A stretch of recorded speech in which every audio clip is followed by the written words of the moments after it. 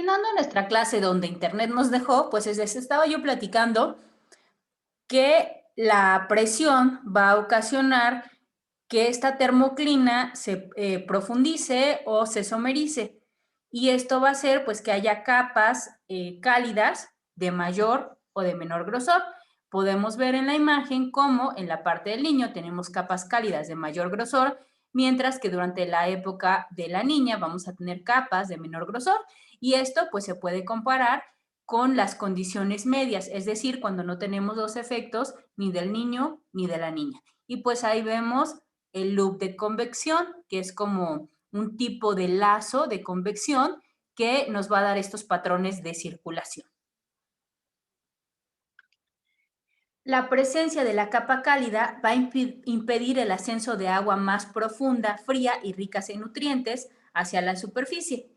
Y es lo que produce una notable anomalía llamada positiva de la temperatura de la superficie del mar en las regiones este y central del Océano Pacífico, especialmente en las costas de Colombia, Ecuador, Perú y norte de Chile. Como podemos ver aquí, que está de color gris la parte de los continentes de Sudamérica. Y bueno, bajo condiciones normales, el efecto de los vientos alisios sobre el Pacífico ecuatorial genera una corriente que se conoce como corriente ecuatorial. Ya habíamos visto un esquema parecido antes en la presentación.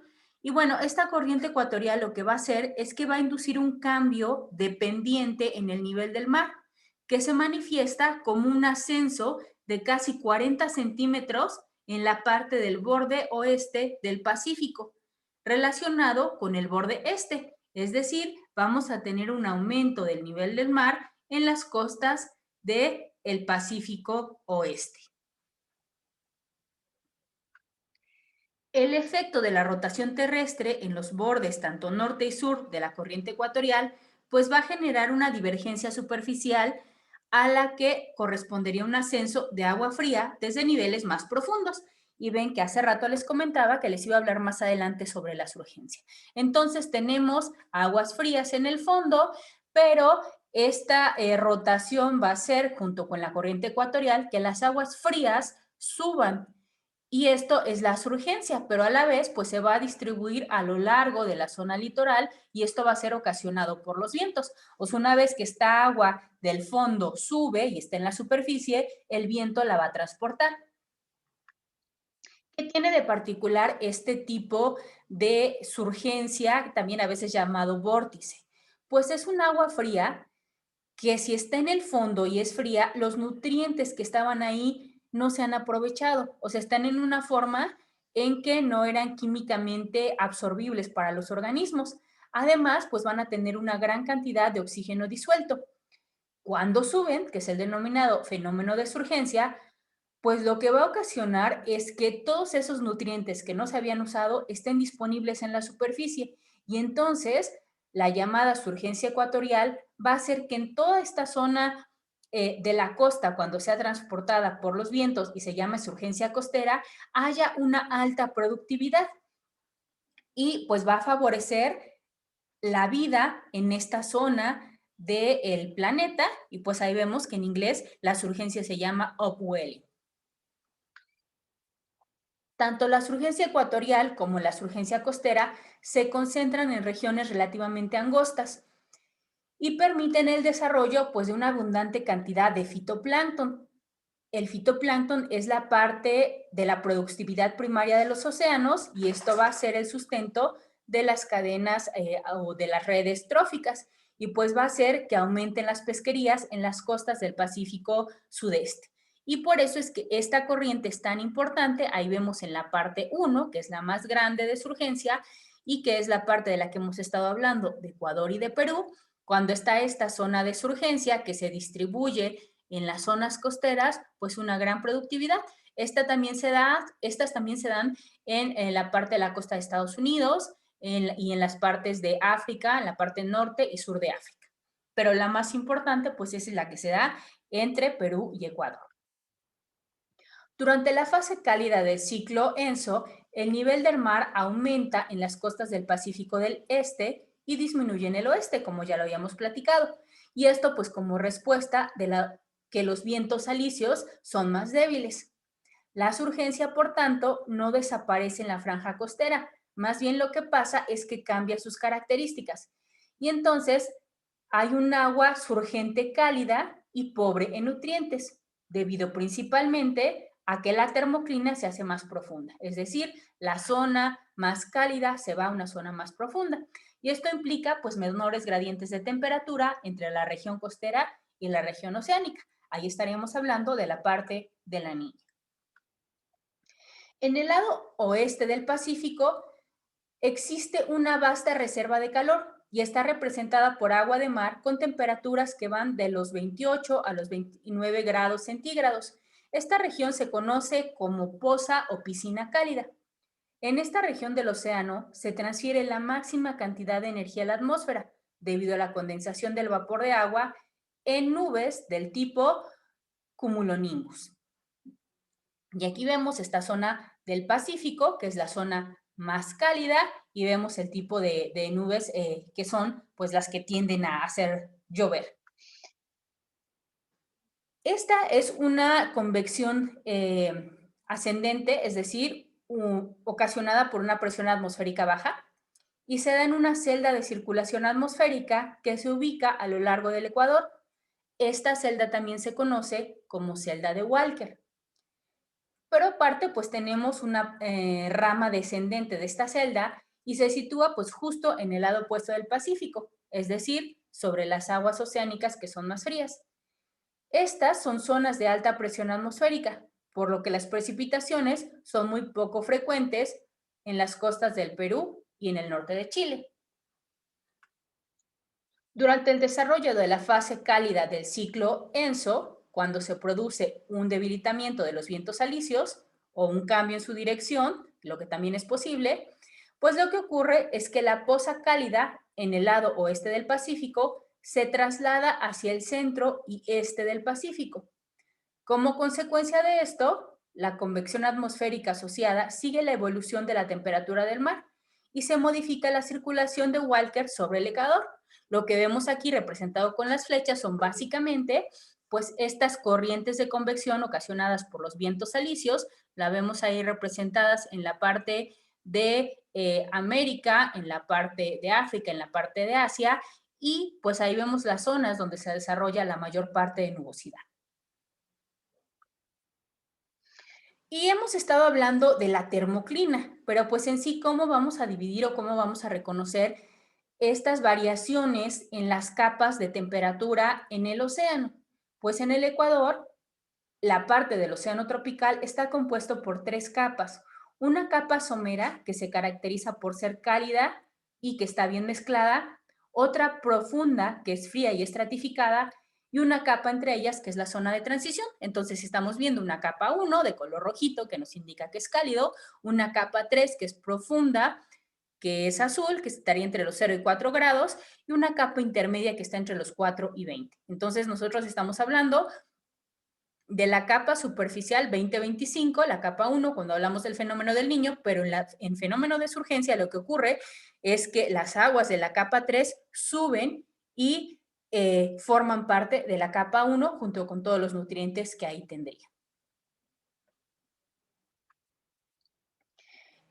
Cuando se comienza la fase cálida de un ciclo ENSO, se produce un aumento significativo en la temperatura superficial del mar en la parte este del Pacífico ecuatorial y también pues en la parte de la costa sudamericana, como lo podemos ver representado en este mapa. Este calentamiento está asociado a la propagación de una onda oceánica que se desplaza de oeste a este por la base de la termoclina y que se genera por bruscas fluctuaciones de los vientos alisios en el sector occidental del Pacífico. Para esto, pues es como un poquito más complicado hablar sobre las ondas Kelvin y las ondas Rossby. No es un tema que sea directamente algo de lo que vayamos a hablar, pero las involucradas en este caso, pues son las denominadas ondas Kelvin, que son las que van a ocasionar toda esta parte de circulación. Pero pues además de esto, tenemos otro fenómeno asociado que es el llamado la oscilación Maiden-Julian. ¿De qué se trata esto? Bueno, pues realmente este fenómeno no es como muy bien entendido. Se sabe que es un fenómeno meteorológico, pero no se conoce muy bien cómo lleva a cabo. Lo que sí podemos ver es que nuevamente tenemos ahí asociadas estas ondas de convección que suben y que bajan y que nos van a ocasionar mayores zonas de precipitación.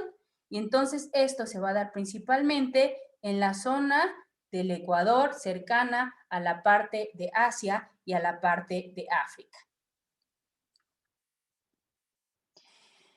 Y pues aquí están representadas las ondas Kelvin. Estas ondas Kelvin se dan en sí en todo el océano, pero cuando se dan en la parte del Ecuador, entonces reciben un nombre en particular que serían ondas Kelvin ecuatoriales, y aparentemente estas ondas Kelvin serían uno de los principales factores como que tienen una retroalimentación positiva entre el océano y la atmósfera. Y esto va a hacer que se desarrolle la fase cálida o la fase del niño. La onda Kelvin es un tipo especial de onda de gravedad que es afectada por la rotación de la Tierra y es atrapada en el Pacífico ecuatorial. Por eso es que les decía que no vamos a ver así como a profundidad estas ondas, porque ya tienen que ver con cuestiones de física y de cómo se van a mover los fluidos. Bueno, esta onda Kelvin ecuatorial se abrevia como OKE o OKE y puede ser generada debido a pulsos de viento del oeste y se va a propagar en dirección hacia las costas de Sudamérica, como vemos aquí en el primer esquema. Las ondas Kelvin se forman cerca de Indonesia, es decir, en la parte del Pacífico Occidental, como vemos en el esquema de abajo, en una zona denominada esta zona de poza o piscina caliente, de la que ya les había comentado, y que es el área pues donde hay las aguas más cálidas en el océano en todo nuestro planeta. Estas ondas van a viajar hacia el este y van a llegar a Sudamérica y lo que van a hacer es que van a profundizar la termoclina. Sin embargo, pues no es que sea tan fácil porque tienen una velocidad relativamente pequeña y su propagación de onda va a ser en promedio de 2 a 3 metros por segundo, por lo que van a tardar más o menos 2 meses en llegar desde la parte de Indonesia hacia la parte de Sudamérica. Y entonces ahí vemos representadas las ondas Kelvin en color azul y las ondas Rossby en color rojo y las ondas costeras Kelvin, que si las vemos las tenemos en la parte cercana a Nueva Guinea y Borneo, pero también las tenemos en la parte del Perú y de Ecuador. Con esto, pues acabaríamos con la fase más conocida del ciclo Enso o Enos y pasaríamos a la parte de la niña, aunque ya hemos estado hablando de este fenómeno porque no lo podemos separar del anterior. Sin embargo, pues ¿por qué se llama la niña? Pues obviamente si el otro se llama el niño y este es como lo opuesto, pues se tiene que llamar la niña. Algunos pues no le ponen como nombre en sí, pero siempre seguido de un fenómeno del niño, vamos a tener otro fenómeno de enfriamiento que se le está empezando a llamar más comúnmente la niña, pero a veces únicamente como que se le llama el opuesto o incluso a veces se le llama como el viejo, porque pues si es uno es el niño, pues el otro puede ser el viejo, ¿no? Por eso es que no es tan conocida porque incluso el nombre no es tan oficial. ¿Qué es lo que ocurre aquí? Bueno, pues lo que pasa es que hay una intensificación del funcionamiento de las celdas de Walker, así que aquí nuevamente vemos este factor de celdas de convección y de vientos alisios que se acumulan en las aguas cálidas al oeste del Pacífico y entonces fortalecen la surgencia frente a las costas de Ecuador, Perú, norte de Chile y la divergencia ecuatorial. Respecto a los vientos alisios, lo que tenemos en presencia de la línea es que estos van a soplar normalmente hacia el oeste a lo largo del Pacífico tropical y se van a intensificar, favoreciendo el ascenso de aguas mucho más profundas y por lo tanto más frías que lo normal hacia la superficie en el lado este del Pacífico ecuatorial.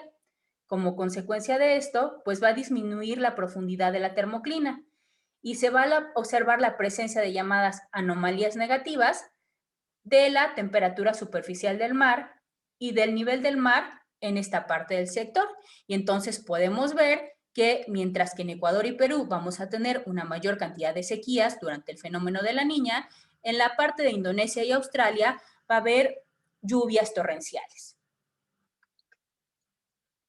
Respecto a la presión atmosférica, pues durante la fase fría del ciclo ENSO, esta presión es más baja de lo normal sobre el sector de Indonesia y el norte de Australia y más alta de lo normal sobre el Pacífico tropical.